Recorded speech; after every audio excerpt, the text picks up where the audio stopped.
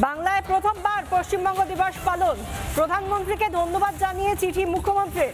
প্রধানমন্ত্রীকে 3 পাতার চিঠি লিখলেন শুভেন্দু অধিকারী। চিঠি দিয়ে শুভেচ্ছা, সেই সঙ্গে কৃতজ্ঞতাও জানালেন মুখ্যমন্ত্রী। দুর্নীতি, সন্ত্রাস ও তোষণের রাজনীতি থেকে আজ মুক্ত বাংলা, উন্নয়নের পথে এগোচ্ছে বাংলা, উল্লেখ মুখ্যমন্ত্রীর চিঠিতে। আন্তর্জাতিক যোগ দিবসে কলকাতায় প্রধানমন্ত্রীর উপস্থিতিও ঐতিহাসিক। চিঠিতে প্রধানমন্ত্রীর উপস্থিতি ঐতিহাসিক বলে উল্লেখ শুভেন্দু অধিকারীর। রাজ্যের মুখ্যমন্ত্রী দেশের প্রধানমন্ত্রীকে চিঠি লিখলেন ধন্যবাদ জানিয়ে। প্রধানমন্ত্রীকে একটি 3 পাতার চিঠি লিখলেন শুভেন্দু অধিকারী। সেই চিঠি দিয়ে শুভেচ্ছাও জানিয়েছেন প্রধানমন্ত্রীকে এবং সেই সঙ্গে কৃতজ্ঞতাও স্বীকার করেছেন শুভেন্দু অধিকারী। চিঠি দিয়ে শুভেচ্ছা ও কৃতজ্ঞতা জানালেন মুখ্যমন্ত্রী। দুর্নীতি, সন্ত্রাস ও তোষণের রাজনীতি থেকে বাংলা আজ মুক্ত হয়েছে, উন্নয়নের পথে এখন বাংলা এগোচ্ছে, উল্লেখ মুখ্যমন্ত্রীর চিঠিতে।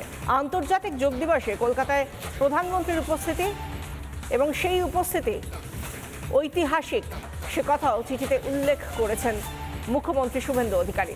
একদিকে আমরা দেখেছি যে পরপর দুটো দিন এসেছে। একটা দিনে আমরা দেখেছি যোগ দিবসে, আন্তর্জাতিক যোগ দিবসে রেড রোডে প্রধানমন্ত্রীর উপস্থিতি, সেখানে প্রচুর মানুষের সমাগম, প্রচুর মানুষের সঙ্গে একসঙ্গে প্রধানমন্ত্রী কলকাতার মাটিতে দাঁড়িয়ে তিনি আন্তর্জাতিক যোগ দিবসে ঐতিহাসিক উপস্থিতির মধ্যে দিয়ে মানুষের সঙ্গে থেকেছেন, বাংলার মানুষের সঙ্গে থেকেছেন। এবং সেই সঙ্গে গতকালই আমরা দেখেছি যে বাজেট পেশ করা হয়েছে বিধানসভায়, প্রথম বিজেপি সরকারের প্রথম বাজেট।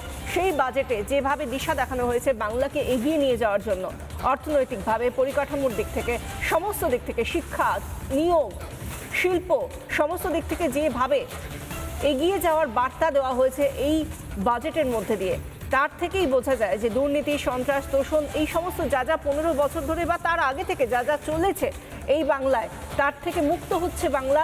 এই কদিনের সরকার, নতুন সরকার, তাতেই তাদের যা সদিচ্ছা তা তারা প্রকাশ করেছেন এবং একটার পর একটা পদক্ষেপের মধ্যে দিয়ে তারা যে এভাবে এগিয়ে যেতে পারছেন তার জন্য পাশে রয়েছে ডাবল ইঞ্জিন এবং তার জন্য প্রধানমন্ত্রীকে কৃতজ্ঞতা জানালেন মুখ্যমন্ত্রী।